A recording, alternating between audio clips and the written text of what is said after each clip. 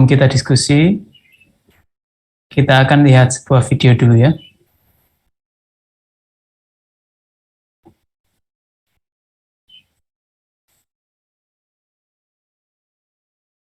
Sudah bisa lihat tampilan YouTube di sini? Bisa, Pak. Bisa, Pak. Sebentar.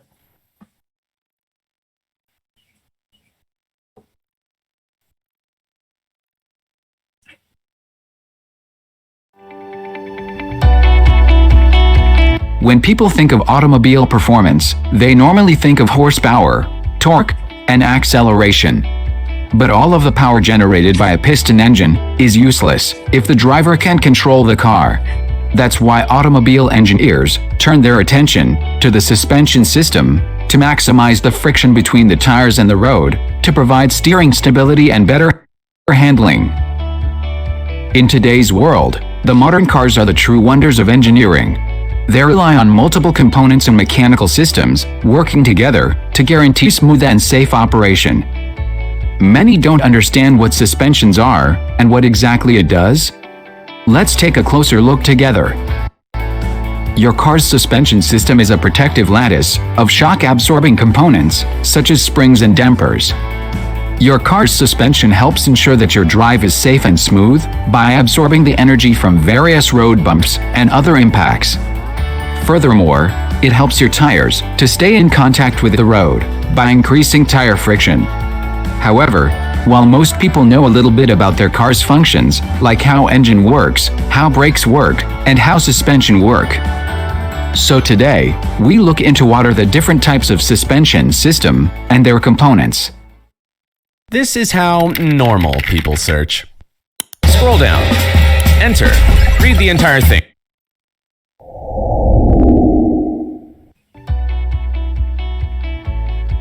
Suspension comes with two basic components, such as springs and dampers, along with a ball joint, tie rod, control arm, sway bar, bushings, and struts. Now let's find out how these components works, starting with the springs. Springs act as reservoirs of energy. When the vehicle passes over irregularities of the road, it compresses the spring. This energy is released when spring expands subsequently, and with the help of dampers, the energy is converted into heat, and the spring absorbs the shock and avoids transfer to the vehicle frame. There are three types of springs are used. They are leaf springs or laminated springs, coil springs, and torsion bars. Leaf springs are also known as laminated springs. They are basically steel strips that are mounted over one another. They are also called semi-elliptical springs, as they are bent in that form. However, nowadays they are almost straight.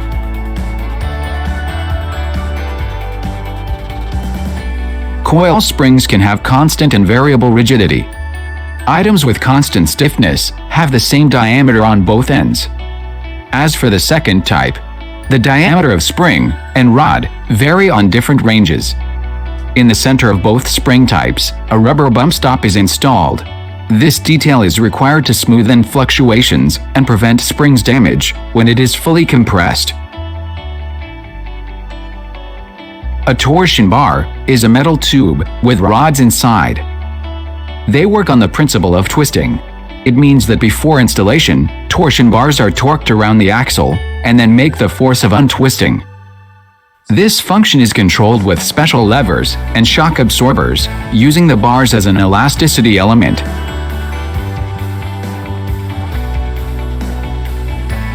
Dampers, commonly known as shock absorbers, protect the chassis from the force caused when a wheel hits a bump and prevents the springs from continuously bouncing.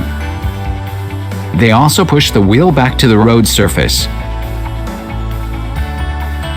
A damper is a piston filled with oil that separates the chassis from the wheel. When the car hits a bump, the piston pushes into the casing and is slowed by the oil, which flows into another chamber as it's compressed.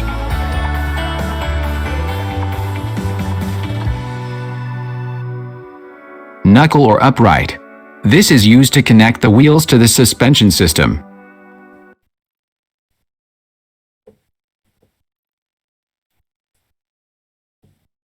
Baik, cukup untuk introduksi terhadap spring. Tadi itu kita lihat komponen spring pada kendaraan ya. Ada berapa macam tadi springnya?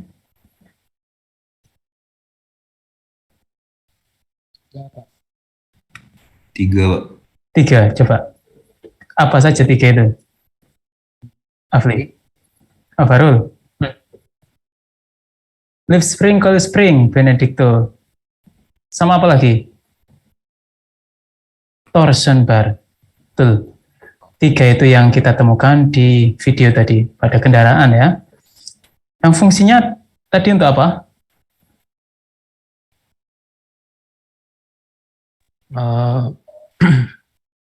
Menahan getaran gitu, Pak. Apa? Menyerap energi dari Pak. Menyerap energi. Coba saya tulis ya.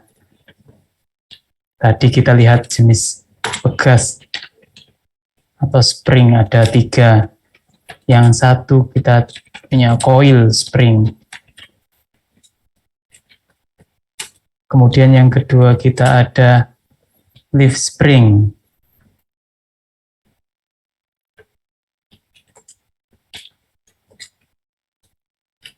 Leaf spring ini disebut juga semi-elliptic.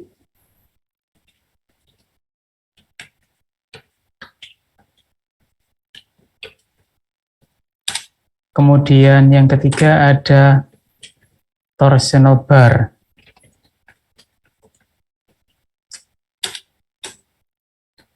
Balik lagi pertanyaannya, fungsi pegas apa?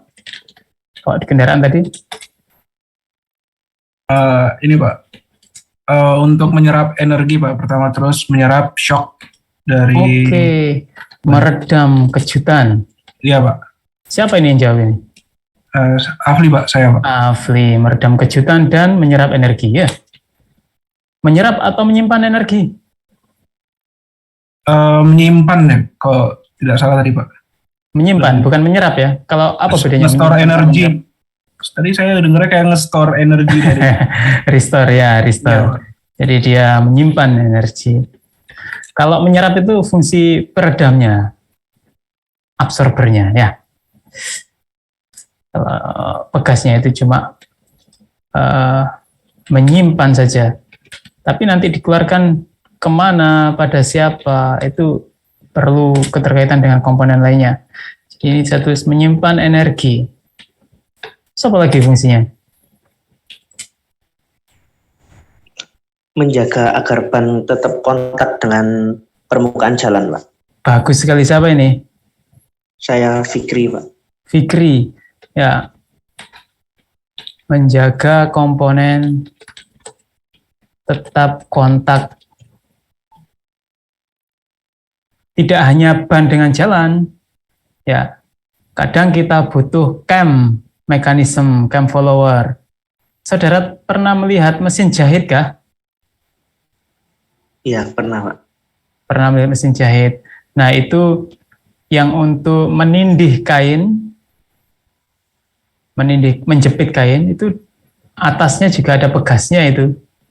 Ya, sehingga meskipun jarumnya bergerak, kemudian di bawahnya kain itu juga ada mekanisme yang mendorong kain maju, itu tetap menjaga kain kontak dengan apa? Dengan landasan dari mesin jahit.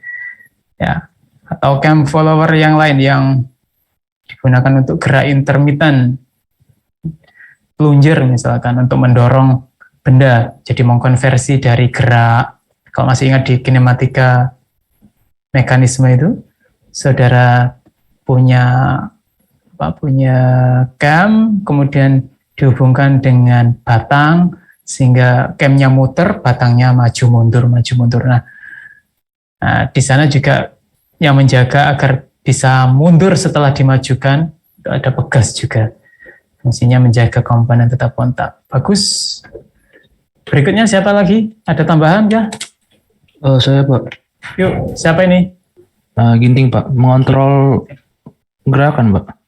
Mengendalikan gerakan. Mengendalikan gerakan. Gerakan apa ini tadi yang dimaksud mengendalikan? Misalnya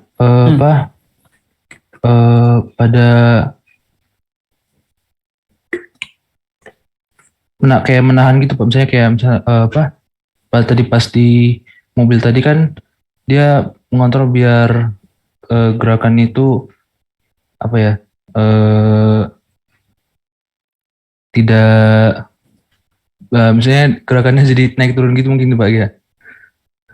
Gerakannya naik turun. Nah, seharusnya bagaimana? Kalau tidak ada pegas, tidak naik turun, begitu. Gimana, Ginting?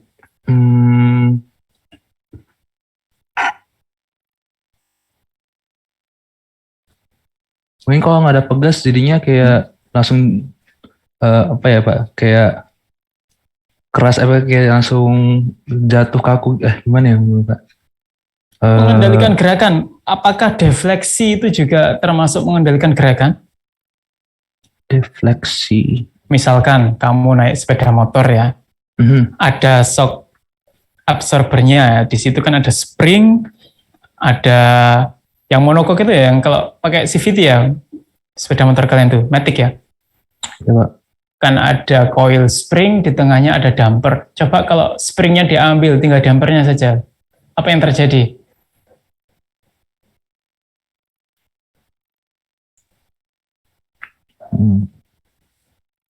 Tinggal dampernya Pak. Ya, tinggal dampernya. Apa yang terjadi? Ketika dia melewati gundukan atau melewati lubang, apa yang terjadi?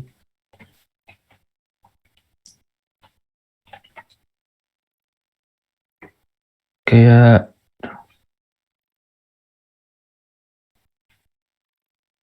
Ginting, kamu coba saja biar tahu rasanya. Coba nanti kamu lepas, ya, kamu lepas coil spring dari shock absorber itu, terus kamu naik sepeda motornya. Nanti ceritakan kembali minggu depan ya, Ginting. nanti kayak itu Bapak kayak pokoknya sakit gitu Pak. Pokoknya dia nggak nyaman lah pokoknya Pak. Kan ada dampernya, ada damper kan berarti diserap energinya damper. Yang tidak bisa dilakukan kalau springnya kamu hilangkan, kamu tidak bisa mengendalikan gerakan stroke-nya itu. Stroke-nya damper. Jadi begitu ketemu polisi tidur, rodanya akan naik setinggi polisi tidur itu. Tapi kalau ada spring, apakah perpindahannya akan sama dengan sama dengan tingginya polisi tidur? Tidak kan? Kalau polisi tidurnya tingginya 20 cm misalkan, apakah spring dampernya itu juga akan bergerak dengan stroke atau langkah 20 cm? Enggak kan? Jebol lah dampernya. Maka perlu membatasi defleksi yang terjadi itu dengan pegas. Perlu membatasi stroke, bukan defleksinya. Perlu membatasi stroke itu dengan pegas. Sehingga gaya dari luar itu bisa direduksi.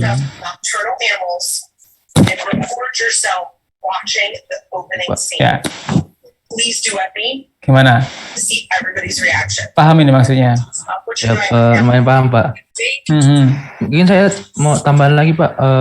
Apa ada kan sini kan saya baca ada mengukur measure force ya Pak. Itu maksudnya gimana ya Pak?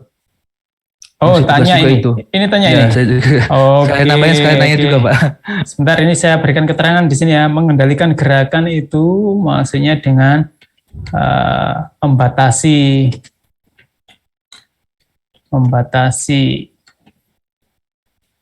lebih tepatnya itu membatasi dengan defleksi gas. Gimana pertanyaan tadi gimana? Kan sih saya baca ada measure force ya Pak. Berarti kan mengukur gaya kekuatan gitu Pak. Nah, maksudnya gimana ya Pak? Oke, tanya teman-teman yang lain. Ada yang punya pengalaman mengukur berat dengan pegas? Atau waktu praktikum praktikum fisika dasar. Kalian kebagian praktikum atau praktikumnya virtual? Cara mencari kekakuan pegas bagaimana?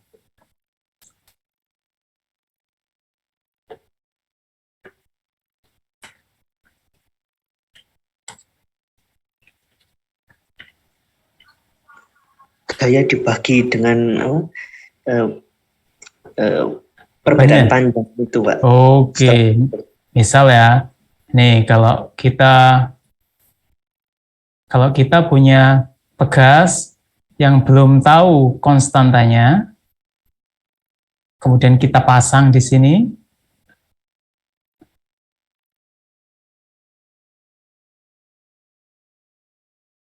kemudian kita bebani pegas ini, apa yang terjadi kalau diberikan beban?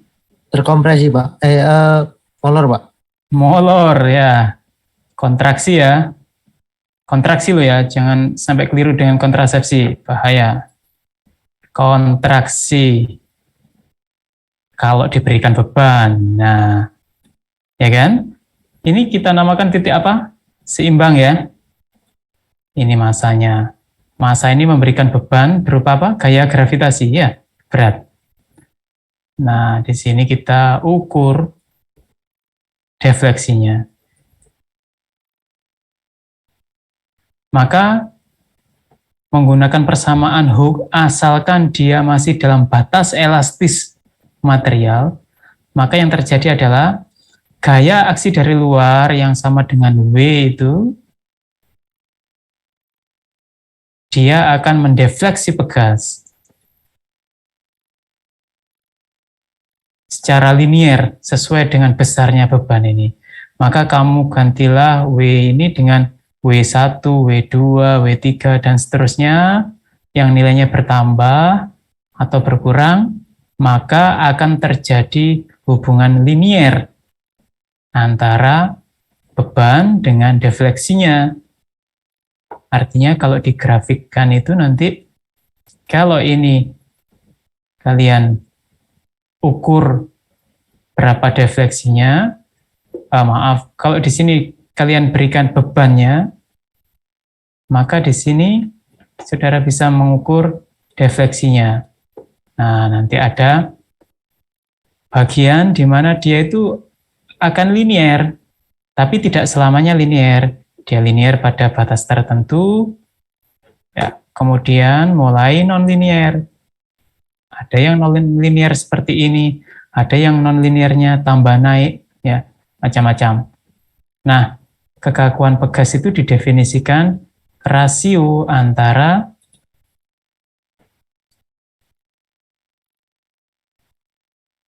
defleksi terhadap beban. Jadi K ditunjukkan dengan gradien ini. K itu adalah rasio antara beban terhadap defleksinya. Ya. Gambarnya ini terbalik ya. Jadi segitiganya saya balik. Gambarnya yang terbalik. Begini. Ya. Ini defleksinya, ini W-nya, maka K itu ditunjukkan oleh konstanta ini. Kemiringannya ini.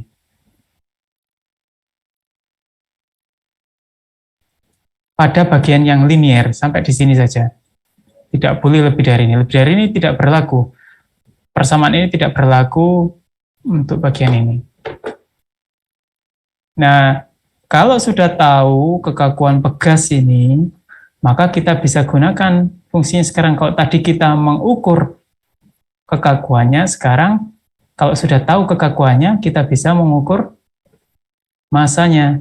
Maka ambillah balok yang masanya belum diketahui, ya, W-nya itu belum diketahui atau M-nya belum diketahui, taruhlah di pegas ini, pasang di sini, kemudian ukurlah defleksinya. Kalau sudah tahu defleksinya, maka kita tinggal mengalihkan dengan konstanta. Maka saudara bisa menghitung berapakah beban yang dicantolkan itu. Sampai di sini ngerti? Mengukur beban. Siapa tadi yang tanya? Oh ya, baik Pak. Siapa yang tanya ini? Saya tadi Ginting Pak. Ginting, ya Ginting. Nah, itulah alasannya kenapa timbangan badan yang menggunakan prinsip kerja pegas ini mempunyai kapasitas. Tidak boleh diberikan beban lebih dari 150 kilo. Yaitu artinya, kalau dia diberikan beban lebih dari 150 kilo ini, yang terjadi adalah defleksinya mulai non-linier dan keluar dari area elastisnya. Kalau keluar dari area elastisnya, maka pegasnya akan terdeformasi plastis. Kalau terdeformasi plastis, dia tidak bisa digunakan untuk mengukur lagi karena karakteristiknya sudah berubah, K-nya sudah berubah karena sudah terdeformasi. Gitu ya. Ya. Nah, oke, kalau begitu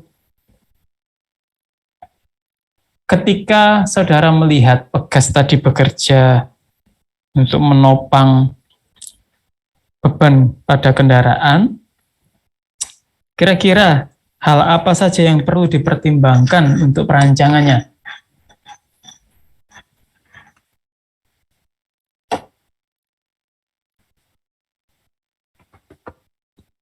Hal apa saja yang perlu diperhatikan?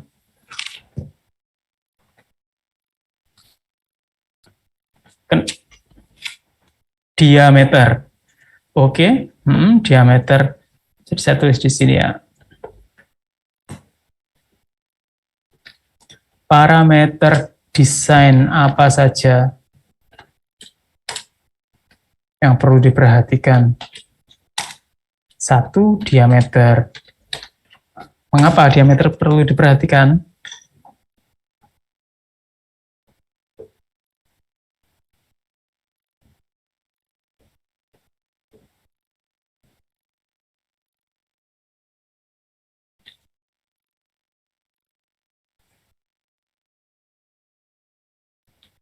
Ini kita bilang diameter yang mana ini?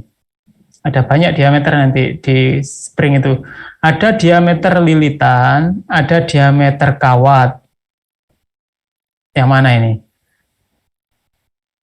Ada diameter coil, ada diameter wire.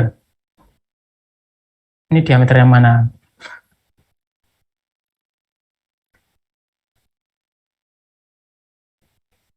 Diameter coil, bukan diameter kawat. Itu berpengaruh ke apanya? Diameter coil.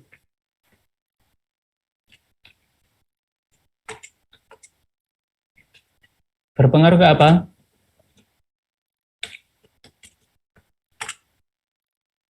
Kekuatan. Terus apa lagi?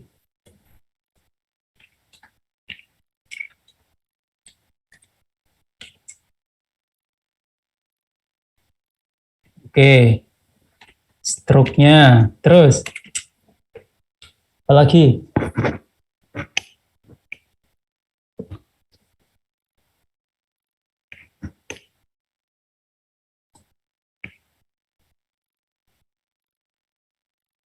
Bagus, Ginting. Yang lain?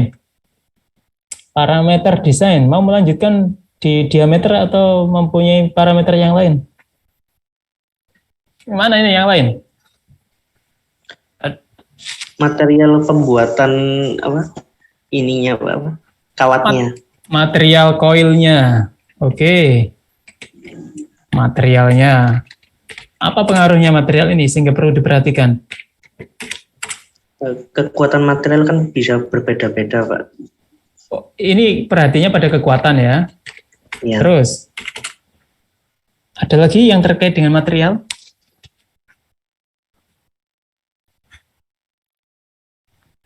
Nilai K-nya, Pak. Nilai K. Material punya nilai K? Maksudnya secara keseluruhan dari nomor 1 sama 2. Oh ya, ya kalau keseluruhan ya. Tapi material punya apa? Apakah material mempengaruhi K? Pertanyaannya. Ini siapa nih? Yang jawab ini siapa? Kata Adri, Pak. Adri. Kalau yang sebelumnya, siapa tadi yang jawab? Fikri Pak, saya. Fikri ya. Oke, Fikri, Adri, propertis material manakah yang mempengaruhi kekakuan? Elastisitas. Elastisitas. Yang modulus ya? Ya, modulus elastisitas. Oke. Sip. Terus, apalagi yang perlu diperhatikan? Diameter sudah. Diameter itu maksudnya geometri ya. Geometri. Diameter coil, diameter wire. Terus sekarang apa lagi? Loh, kok habis ini zoomnya? Apalagi yang ketiga ini? Ada lagi enggak?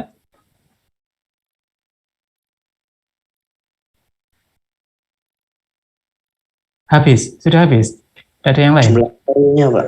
Apanya? Jumlah lilitannya. Jumlah lilitan. Kenapa dengan jumlah lilitan? Kalau misalkan jumlah lilitannya semakin banyak, biasanya pegasnya semakin kuat Pak. Semakin kuat atau semakin kaku? Semakin kaku. Oh, semakin kaku. Semakin kaku dan kuat atau kaku saja? Ada hubungannya enggak dengan kekuatan jumlah lilitan itu? Saya nggak yakin Pak. Mungkin. Ya.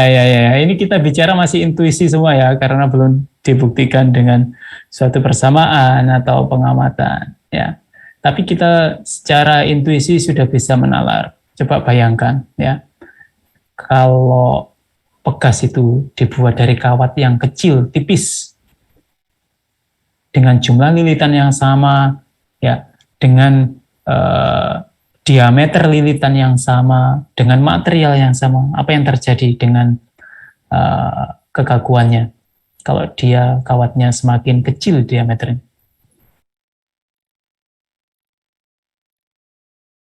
Kekakuannya bagaimana? Jadi lebih besar atau lebih kecil?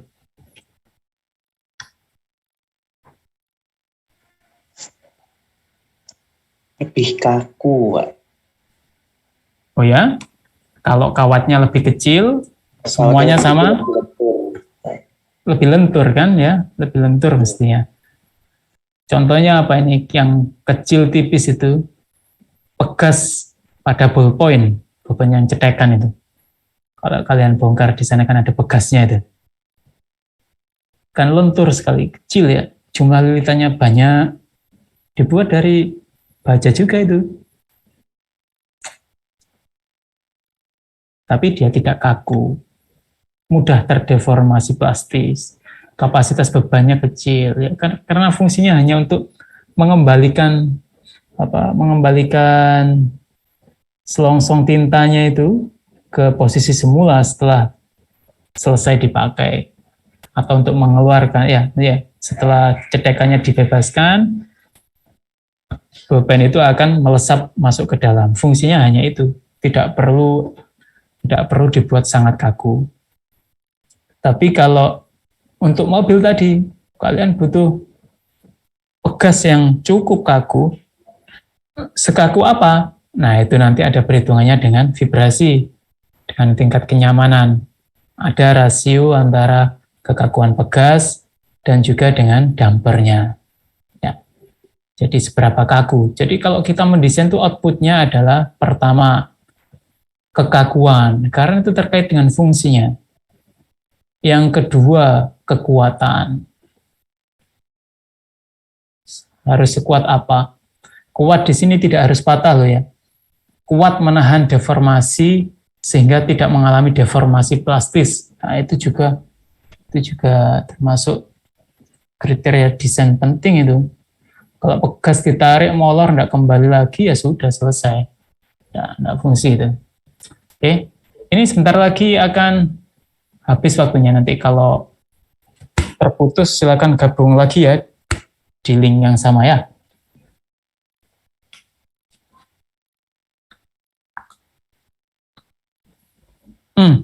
Oke, kita lihat ya. Kita lihat bukunya sekarang. Ini simpan dulu. Sekarang kita pindah ke buku yang saya bagikan tadi.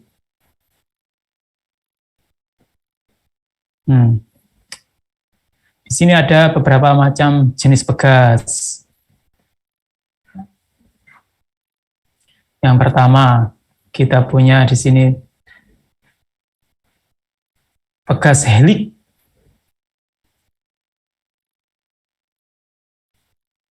Ada pegas helik di sini. Artinya dia punya lilitan silindris. Seperti gambar inilah, nggak usah didefinisikan. Seperti gambar ini, pegas helik. Jenisnya ada dua, kompresi, ekstensi, atau pegas tarik dan pegas tekan ya. Kalau pegas tekan seperti ini, seperti yang ada di mobil tadi, persis. Nah, kalau pegas tarik seperti ini yang biasanya digunakan untuk mengukur beban tadi. Yang fungsinya untuk mengukur beban atau mempertahankan posisi benda ya. Kemudian jenis yang lain ada torsional spring, bentuknya masih helik, masih lilitan, tapi untuk menahan beban torsi. Ini contohnya pada mainan itu. Mainan yang diputar-putar itu pakai pegas torsional. Kemudian kalau bebannya sangat besar sekali seperti truk, bis gitu ya, muatan besar, tidak bisa pakai pegas koil, jebol, nanti deformasi plastis itu. Makanya pakai pegas daun, orang bengkel ya, pegas daun, leaf spring.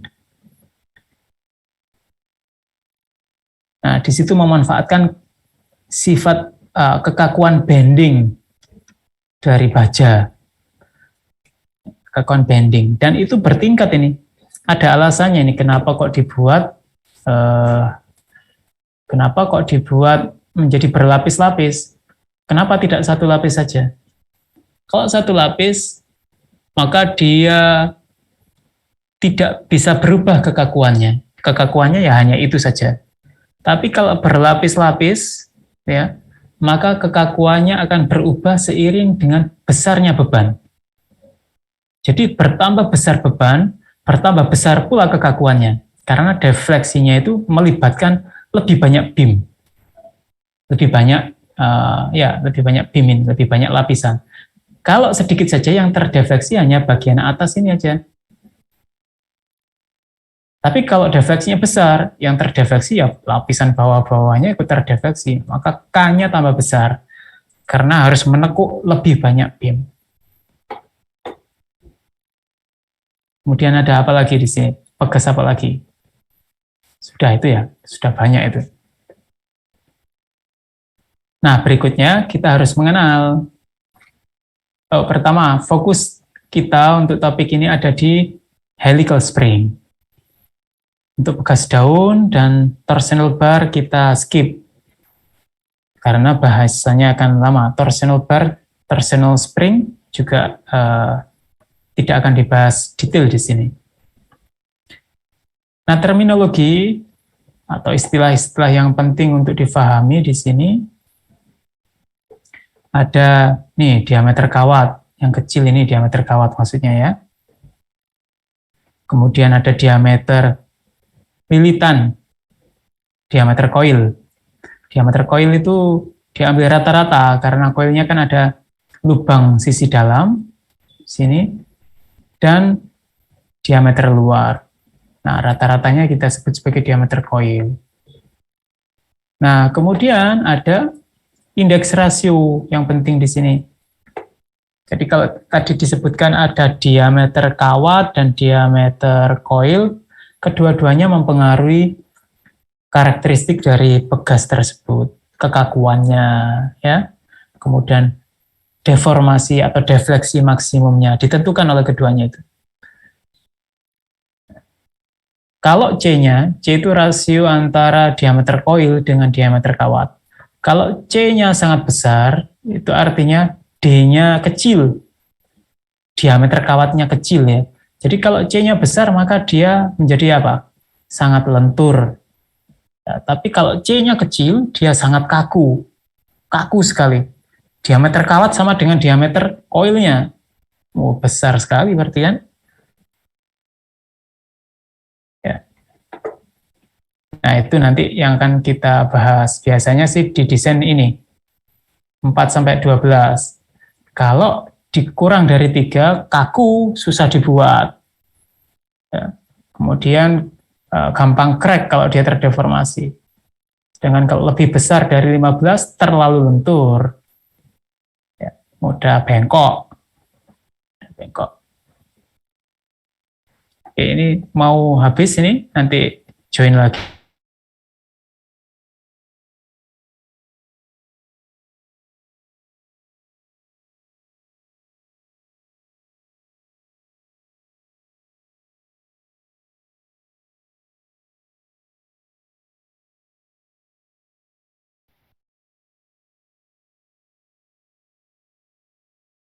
Oke, kita lanjut ya. Kita tadi membahas tentang spring index. Jadi kalau kita pesan pegas itu, maka yang diinfokan terlebih dahulu adalah spring index ini, selain kekakuan. Karena spring index ini nanti akan menentukan dimensi dari pegas tersebut. Kalau tidak ada spring index, maka meskipun kekakuannya sama, geometri dari pegas itu bisa berbeda-beda, bermacam-macam. Ada yang gendut, tebal, gitu ya. Ada yang tipis, langsing. Tapi kekakuannya sama. Nah, tentu saja yang gendut tebal itu akan bisa menopang beban lebih besar, ya, lebih kuat menopang beban, tapi lebih mahal dan lebih sulit untuk dibuat dibandingkan dengan yang langsing kecil, gitu ya. Nah, dimensi dari coil spring ini, selain diameter, yang penting untuk diketahui adalah panjang. Karena panjang ini, seperti yang tadi saudara lihat, panjangnya itu ada macam-macam. Ada panjang ketika kondisi ditekan penuh, sehingga semua kawatnya itu berdempetan, rapat, tidak ada celah. Itu kita sebut sebagai solid length. Kemudian ada yang compressed length, ada yang free length, tanpa beban ya. Nah, seperti saudara lihat di sini.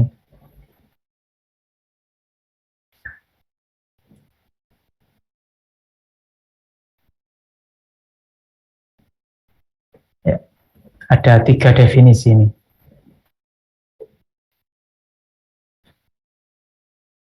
Antara compressed length dengan solid length, bedanya adalah kalau compressed length diberikan beban, tapi tidak sampai mempat.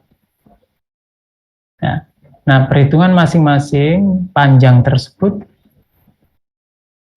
gampang bisa dianalisa dengan geometri biasa. Jadi kalau kita punya sejumlah lilitan NT, sejumlah lilitan ini, setiap lilitan mempunyai diameter D, maka solid length-nya kalau tanpa celah ya NT dikalikan D. NT itu jumlah lilitannya. Tapi kalau compressed length ada gap-nya, kita harus menghitung dulu. Harus menghitung dulu jarak gap-nya ini. Kemudian jarak gap-nya itu kan sejumlah lilitan dikurangi 1 jumlah gap-nya ya. Kalau dikalikan dengan jarak gap antar lilitan, maka ketemu jarak kosongnya berapa. Kalau jarak kosongnya ketemu, total gap-nya ketemu ini, maka kita bisa menghitung compressed length dengan mengurangi free length dengan total gap itu. Ya, jadi ini adalah free length, kemudian dikurangi compressed length, ada deformasi gitu ya. Nah, kita bisa menghitung compressed length ini dengan menjumlahkan diameter kawat dikalikan dengan jumlah lilitan ditambah dengan jumlah gap ditambah dengan jarak gap antar lilitan dikalikan dengan jumlah lilitan dikurangi 1.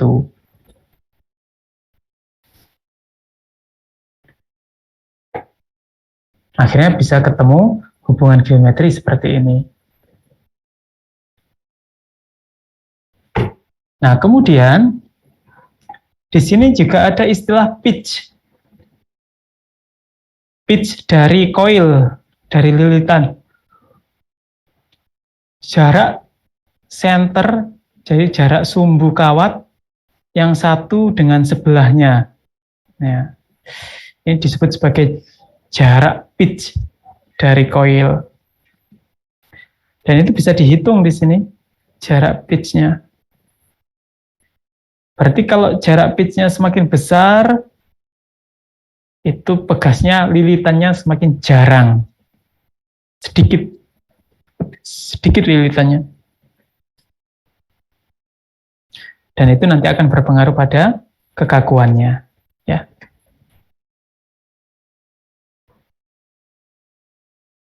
Persamaan untuk kekakuan loh ya, bukan modulus elastisitas, tapi ini kekakuan.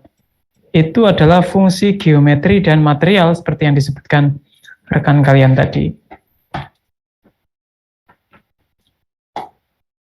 Nah, untuk mendukung berbagai fungsi yang sudah disebutkan tadi di awal, maka pegas itu mempunyai banyak bentuk ujung. Jadi ujung pegas itu bermacam-macam bentuknya. Ada yang plain, ini langsung kita lihat di sini. Ada yang biasa, diputus begini.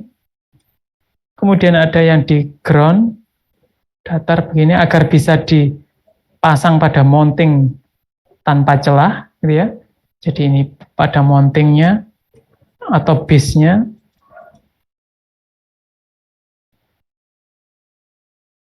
Jadi tanpa celah.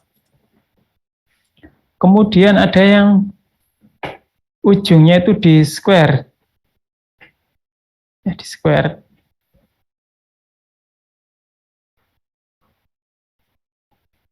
Beda ya dengan plane N. Kalau plane N itu ini sudutnya sudah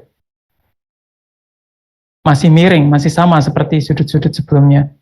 Tapi kalau square N itu ujung akhirnya itu dibuat mendatar. Hanya saja dia tidak dikikis, tidak didatarkan, dibiarkan tetap bulat begitu bentuknya, bentuk kawatnya.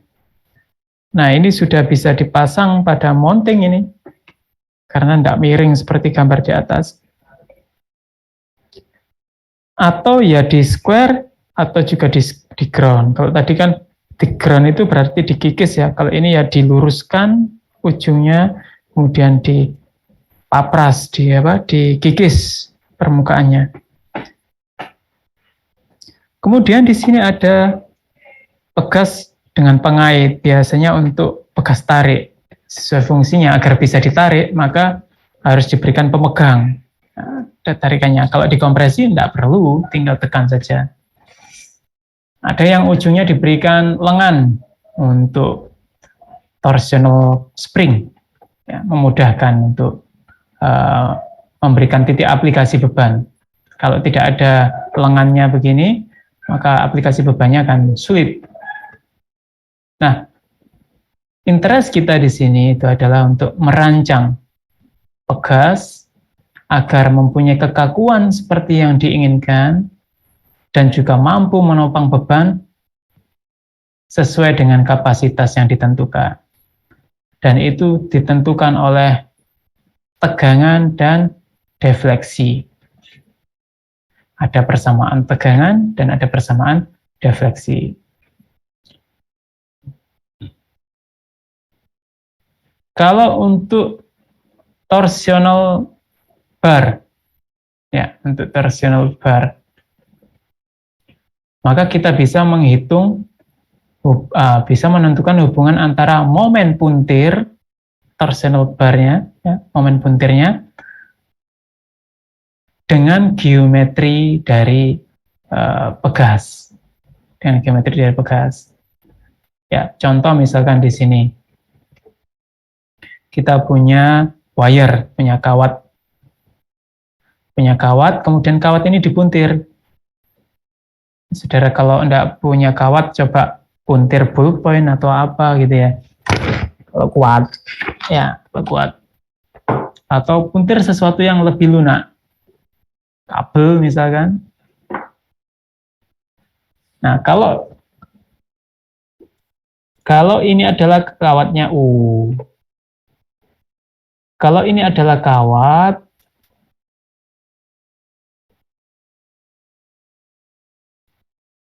kemudian dipuntir, ya, dipuntir dengan torsi MT tadi, torsional moment MT, maka apa yang terjadi? Ya muncul tegangan lah, tegangan apa? Tegangan geser di sini. Di mana? Di permukaan bar ini. Jadi kalau ini dipotong, diambil cross section-nya, diperbesar, nah ini jadinya. Nanti arah tegangan gesernya akan mengikuti arah puntirannya, seperti ini. Naik ke atas di titik ini yang paling besar, di permukaan. Nah, sehingga kerusakan pegas ini dimulai dari permukaannya. Kalau ada keretakan, maka keretakannya ada di permukaan. Sehingga lebih mudah untuk diawasi. Cukup secara periodik, pegasnya ini disemprot dengan cairan yang nanti bisa menunjukkan keretakan yang terjadi. Kalau kalian sudah praktikum NDT di lab metalurgi, akan ada cat, ya, ada cat yang bisa digunakan untuk mendeteksi kerak. Nah, cukup dia cek dengan itu secara periodik.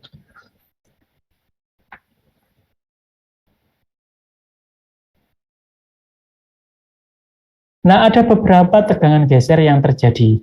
Yang A itu ada tegangan torsional murni. Jadi seperti yang saya gambar di sini.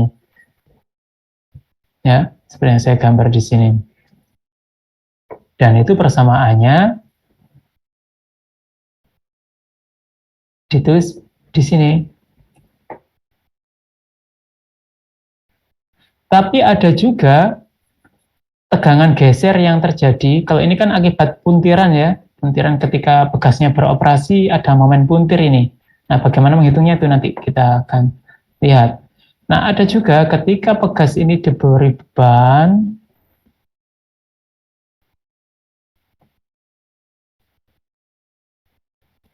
ketika dia diberi beban begini, pegasnya, kawatnya tidak hanya terpuntir, tapi dia juga menerima beban langsung yang menyebabkan geseran ke arah permukaan ini.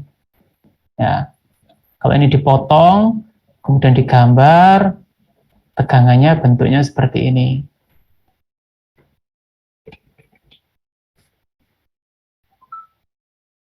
Nah, akibat dua jenis tegangan geser yang terjadi, baik akibat puntiran pada kawat maupun tekanan pada koil, itu kalau dijumlahkan akan menjadi tegangan geser total.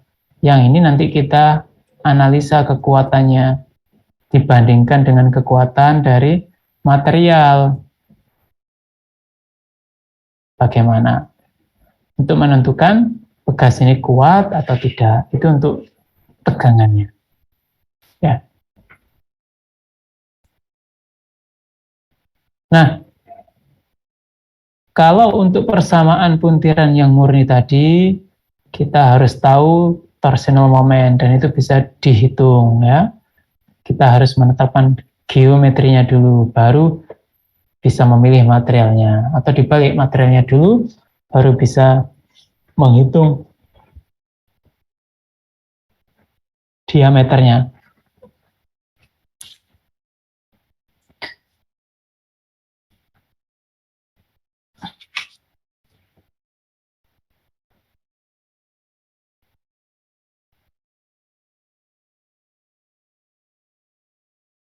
Jadi kalau untuk yang direct stress ini persamaannya diberikan gampang karena ini P gitu ya, direct stress.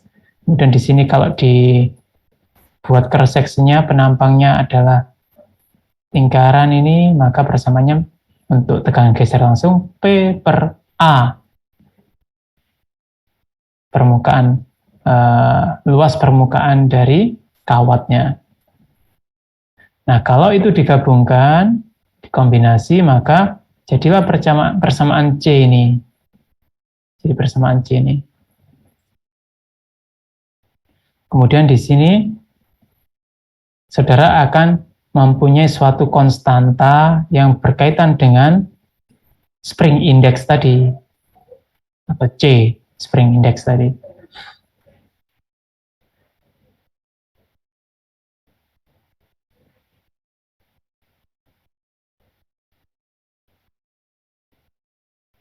Nah, kalau diringkas, ya, kalau ini diringkas, angka yang di dalam kurung ini bisa dinyatakan sebagai faktor yang menggabungkan antara direct shear dan torsional shear. Ya, jadi dua ini adalah konstanta akibat pengaruh ini.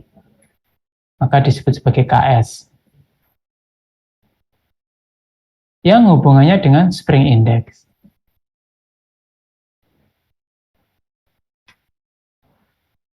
Ini kita sebut sebagai shear factor.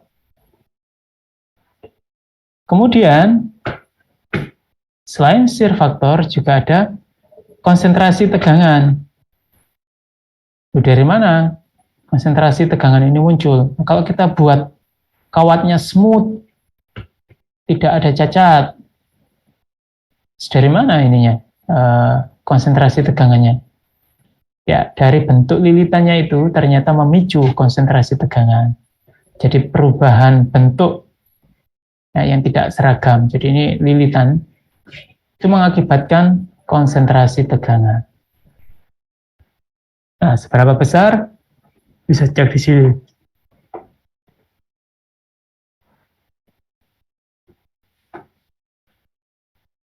Nah, sehingga secara ringkas, atau ada yang meringkas gitu ya di sini, Wall equation.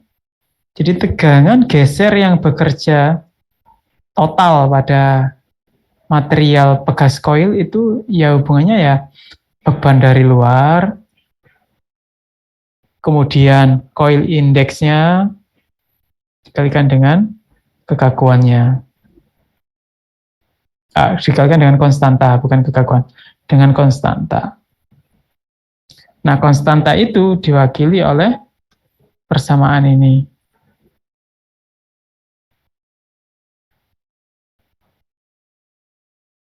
Itu untuk kekuatannya ya, untuk kekuatannya bisa dihitung seperti ini. Berarti nanti properties material manakah yang digunakan dalam perhitungan? Ya, properties gesernya. Berarti shear yield stressnya, shear stress yang untuk yield ya.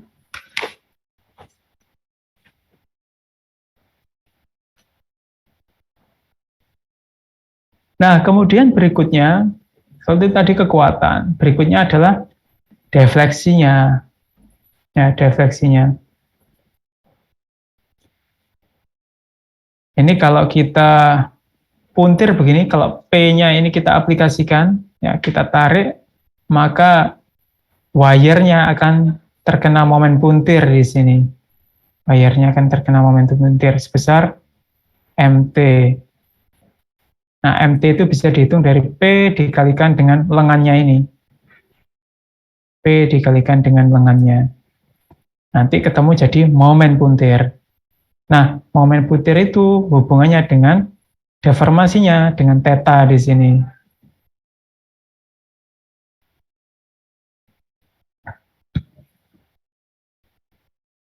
Dan saudara bisa lihat di sini hubungan antara momen dengan sudut puntirnya itu dipengaruhi oleh properties material G, shear modulusnya, kemudian geometrinya I dan JG ini. Seperti diilustrasikan pada gambar ini.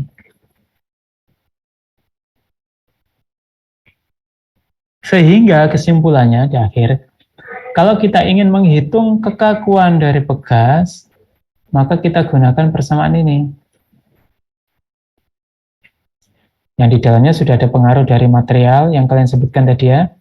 Material, geometri, ya. Terus ini bebannya.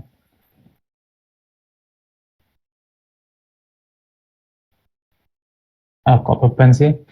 Di sini N itu apa? N-nya di sini apa ini? Bukan beban ini, masa N beban?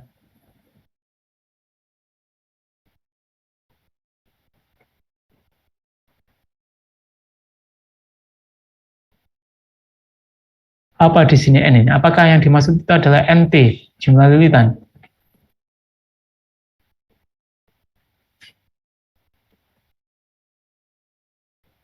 Nah, apakah jumlah Ini lilitan? tuh plain NKE, bukan Pak? Number of active coil Pak, seharusnya Pak. Iya, ini number of active coil ya.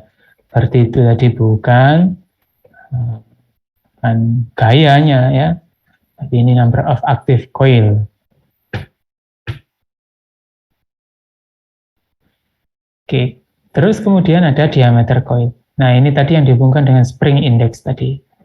Jadi spring index, kemudian material, jumlah lilitan, semuanya mempengaruhi kegaguan.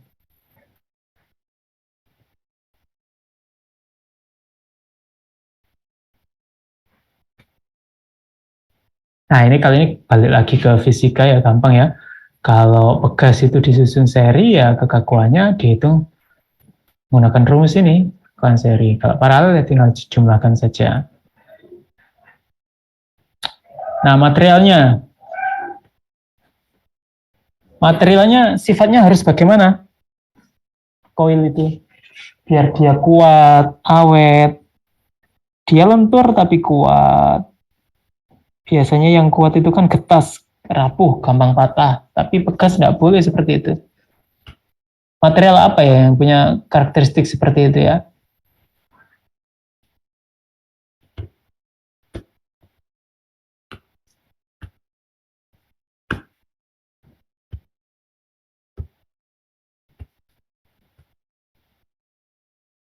Material apa? Yang banyak karbonnya atau yang karbonnya sedikit?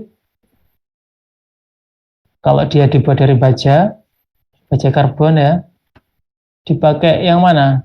Yang karbonnya banyak atau yang karbonnya sedikit? Untuk material coil spring ini. Yang karbonnya sedikit Pak harusnya Pak. Kalau karbonnya banyak, saya ingat saya jadi getas Pak. Jadi Meskipun getas. Ya. Terus kemudian harus ulet ya, dia harus ulet. Ulet itu tidak kuat, tidak gampang terdeformasi, atau dia mampu menopang deformasi tanpa harus patah ya, dia ulet. Nah, untuk membedakan material itu, nanti kalian baca di sini materialnya, kalau komposisinya ya, kita tidak akan mendetailkan itu, tetapi menjadi fokus perhatian di sini adalah grade-nya. Grade di sini ada 4, dan masing-masing grade ini memberikan informasi terkait kekuatan tenselnya, kekuatan tariknya. Jadi kalau grade 1 dengan diameter kawat 0,3 mm, itu dia mampu menopang beban hingga 1720 megapascal. Kilopascal atau megapascal di sini. Ini Newton per milimeter. Kalau dijadikan Newton per meter persegi, berarti mega ya. Ini sama dengan megapascal.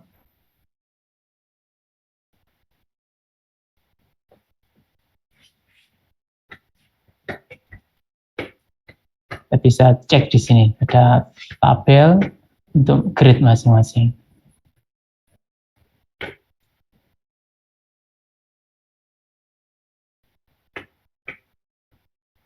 Dan perlu tidak koil ini diberikan perlakuan panas? Setelah dibuat, setelah pembuatannya, kenapa? Tidak Pak. Tidak perlu. Kenapa tidak perlu?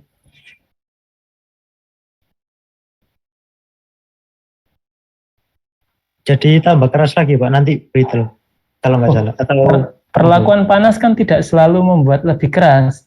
Itu kalau di harden. Ya, kalau di harden jadi tambah keras, misalkan dipanaskan, kemudian tiba-tiba dicelupkan ke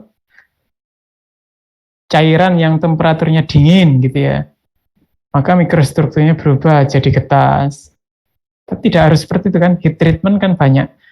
Misalkan ternyata pegas ini dibuat dengan cara memanaskan kawat, kemudian dililitkan, kemudian didinginkan secara pelan-pelan. Maka untuk pembuatan coil spring seperti ini tidak menimbulkan internal stress.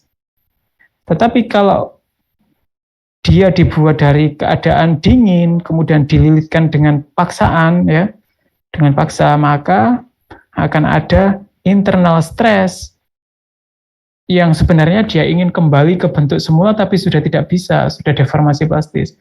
Nah, kalau seperti itu, heat treatment diperlukan untuk menghilangkan atau mengurangi internal stress tersebut. Jadi, heat treatment bisa boleh, bisa tidak, tergantung dari karakteristik material dan pegas yang diinginkan. Nah, untuk desainnya, ada kriterianya di sini. Tujuan dari desain itu. Kekuatannya cukup, sesuai dengan kapasitas bebannya. Kemudian, kekakuannya, load deflection karakteristiknya sesuai juga. Kemudian tidak buckling, tidak melengkung. Jadi nanti kalau pegasnya begini, setelah ditekan, ya ini rusak semua. Mestinya dia tetap seperti ini ketika dia diberikan beban.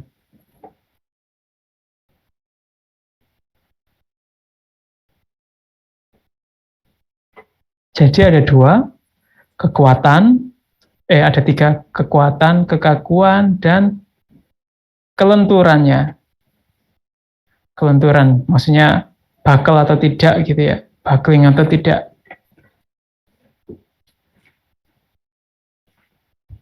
Nah, kalau diberikan beban statis, maka tegangan gesernya bisa dihitung dengan persamaan ini. Pertama, untuk kapasitas tegangan geser yang diizinkan. Kalau ini adalah kekuatan dari properties material, kemudian safety-nya dipakai 1,5,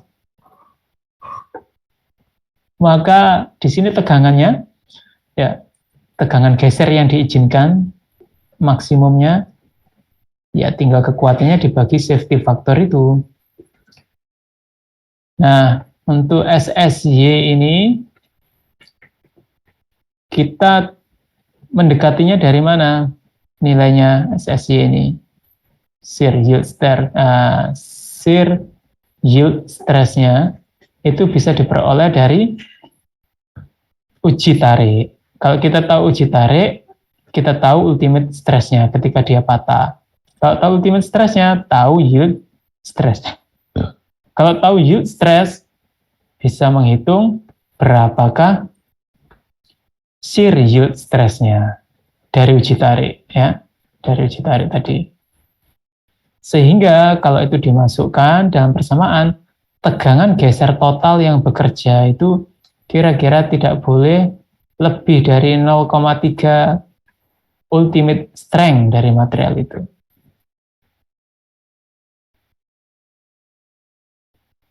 Nah, berarti kecil sekali, cuma 30% kekuatan material itu digunakan untuk menopang beban. Ya.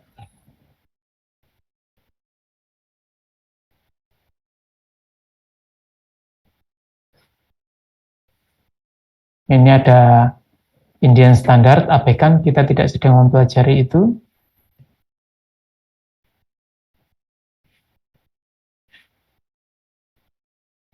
Jadi untuk mendesain pegas itu, kita bisa menggunakan rentang kekuatan dari 30% dari sini hingga 50% atau separuh dari tegangan ultimate-nya. Maka prosedur untuk mendesain spring ini dijelaskan di sini. Yang jelas berapa kapasitas maksimum beban yang mampu ditopang. Maksimum ya, beban maksimum yang ditopang. Kemudian defleksi ketika diberikan beban tersebut.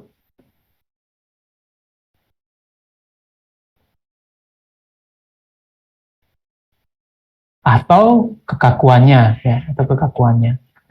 Kemudian kita memilih material untuk menghitung berapa kapasitas tegangan geser maksimal yang diizinkan agar ketika dipakai tidak patah.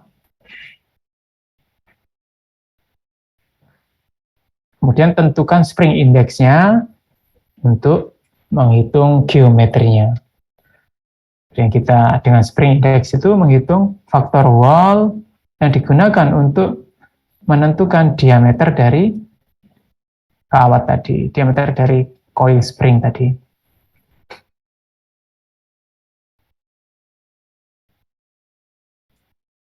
Setelah itu, kita bisa mencari tahu kalau kita sudah bisa menghitung D kecil ini, kawatnya, dari analisa kekuatan, D kecil ini bisa kita gunakan untuk menghitung diameter koilnya dengan spring index tadi.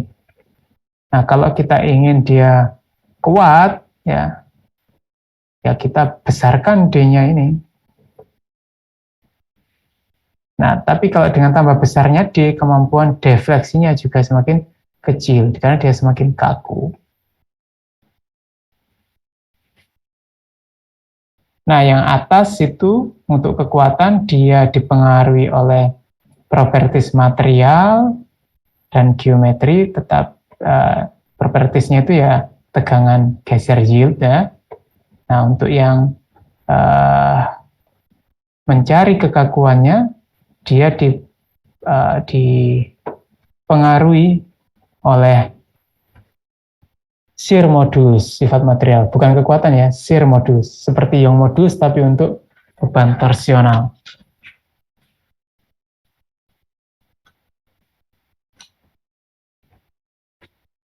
Nah, di sini langkahnya cukup panjang.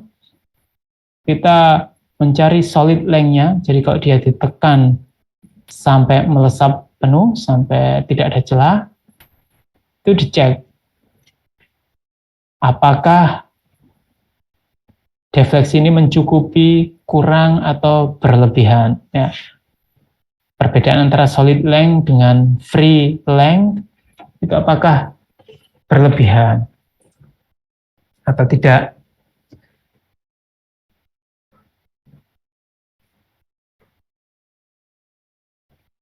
Kemudian setelah tahu berapa jumlah lilitan, ya tadi kan menghitung diameter kecil, menghitung diameter besar, sekarang kita menghitung jumlah lilitan yang cukup.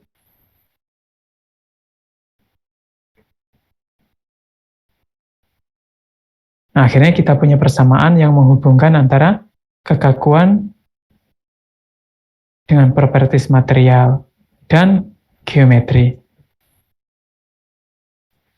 Nah, pemilihan spring ini itu berdasarkan coba-coba.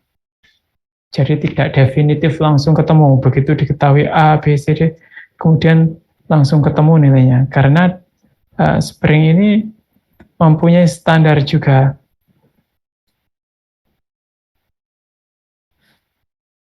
Jadi sama seperti piring, kita coba dulu dengan ukuran kawat tertentu, kemudian kita uji performa kekakuannya, sudah sesuai harapan atau belum. Baru kemudian kita koreksi. Ya, jadi kita tentukan dulu dengan perhitungan di atas tadi, informasinya adalah dari kekakuan, kekuatan, ya, defleksinya. Kemudian dengan itu kita menemukan D kecil, diameter kawat, setelah tahu material dan segala macam. Setelah tahu diameter kawat, kita bisa menghitung diameter coil dengan indeks, ya, dengan spring index. kemudian dari situ kita juga bisa menghitung kalau tadi D kecil, D besar, dan jumlah lilitan. Ya, jumlah lilitan.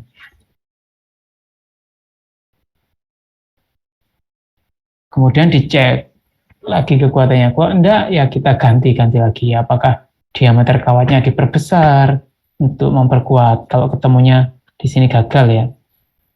Nah, itu kalau untuk beban statik. Nah, untuk beban dinamik, P-nya diganti dengan dua macam. Jadi kalau untuk beban dinamik,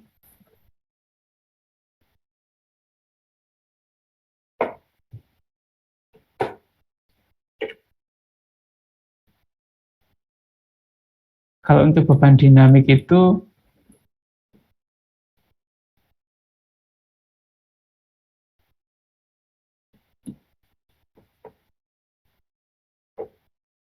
di sini diberikan beban, tapi bebannya tidak konstan.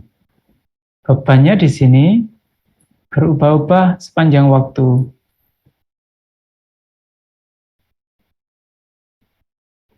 Ya.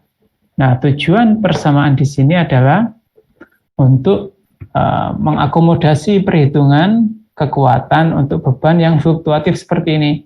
Jadi dari ujung sini ke sini itu adalah peak maksimum, yang ini adalah peak minimum.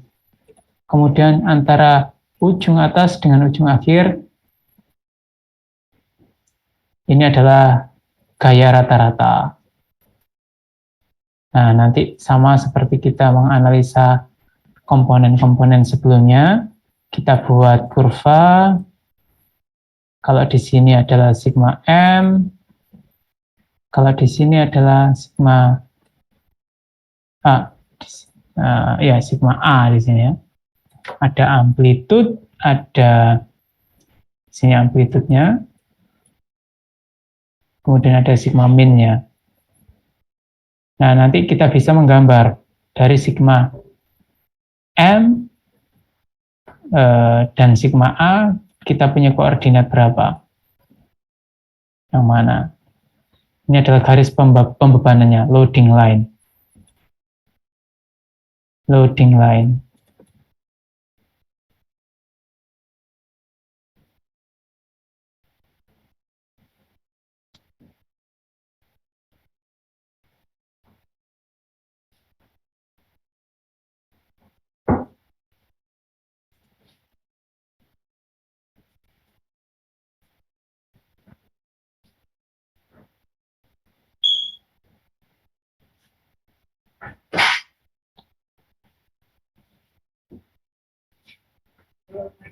Waalaikumsalam.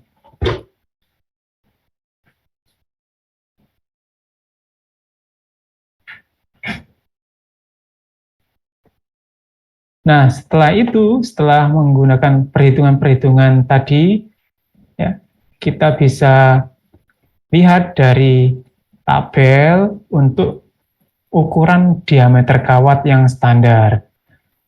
Jadi kalau dibalik ya, persamaan-persamaan tadi, kalau tadi itu kan tujuannya untuk mendapatkan geometri, ya, untuk mendapatkan diameter. Kalau kita tahu beban, tahu kekakuan yang diinginkan, ya, kemudian tahu umur pakainya untuk berapa cycle, maka kita bisa menghitung. Pertama tadi diameter kawat, ya, salah satu outputnya. Nah, kalau sudah ketemu diameter kawat itu dicek di sini dan dipilih, dibulatkan ke atas. Kalau misalkan ketemunya 2,5 atau 2,2 ya ambil yang 3 diameternya. Ya. Nah, nanti balik lagi ke loading line ini.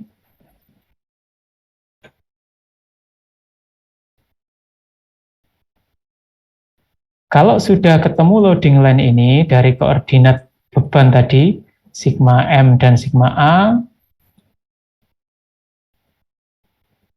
yang dihitung dari beban yang diaplikasikan di sini, PM, PA ini nanti dia akan menjadi sigma M, sigma A.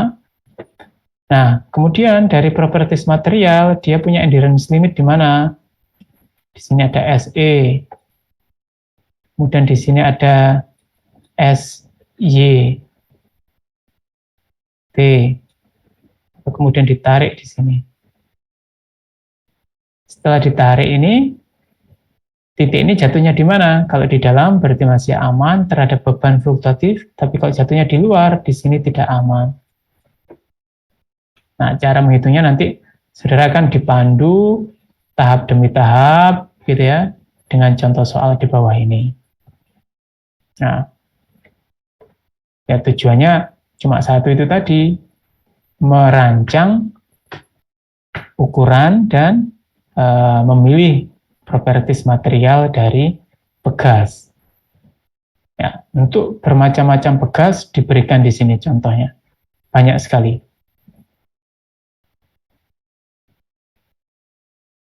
Ya.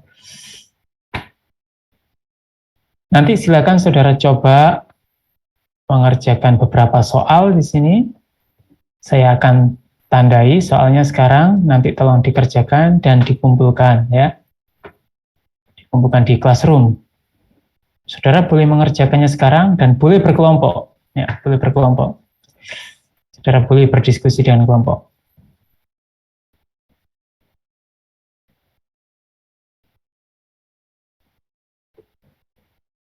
Untuk torsional spring-nya kita skip dulu hari ini, tidak kita gunakan untuk diskusi, untuk analisa. Kita fokus ke helical spring.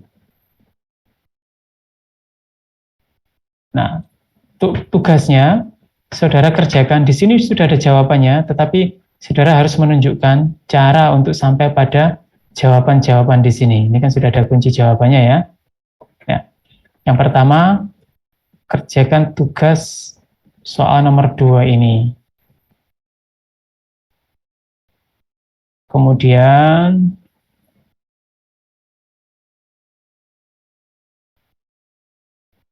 ini nomor 2 dan nomor 5. Ya. Tugasnya dikumpulkan hari Sabtu nanti, terakhir. Tugasnya dikumpulkan hari Sabtu. Sabtu siang, jam 12 siang paling akhir. 2 soal itu silakan dikerjakan. Baik, Pak. Nah, materi kita untuk spring sampai di situ. Nanti untuk yang torsional helical spring dan leaf spring akan kita singgung sedikit di minggu depan, ya, di minggu depan. Apakah ada pertanyaan sampai di sini?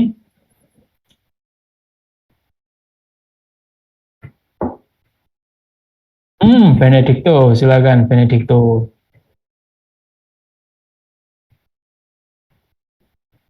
Jumlah maksimalnya. Saya tidak membatasi jumlah maksimal kelompoknya. Jadi kalian tulis saja. Kalian jadi satu kelompok juga tidak masalah, ya. 2 kelompok tidak masalah.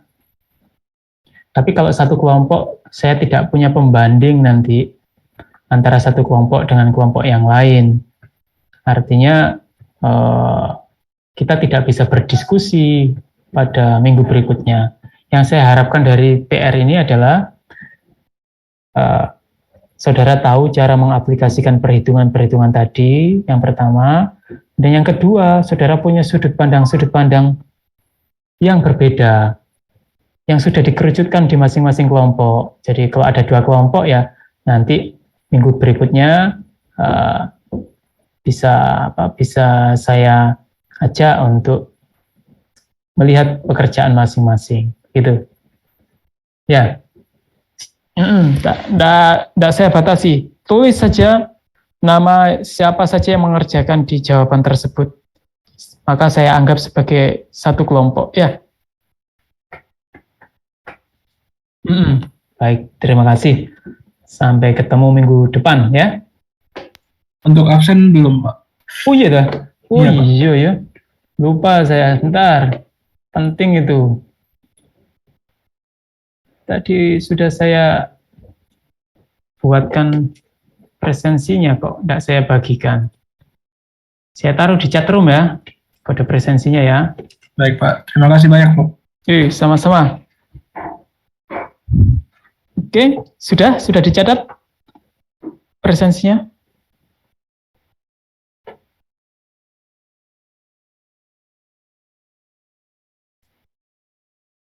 Oke, kalau sudah saya akhiri ya. Baik Pak, terima kasih banyak Pak. Tetap sehat semuanya ya.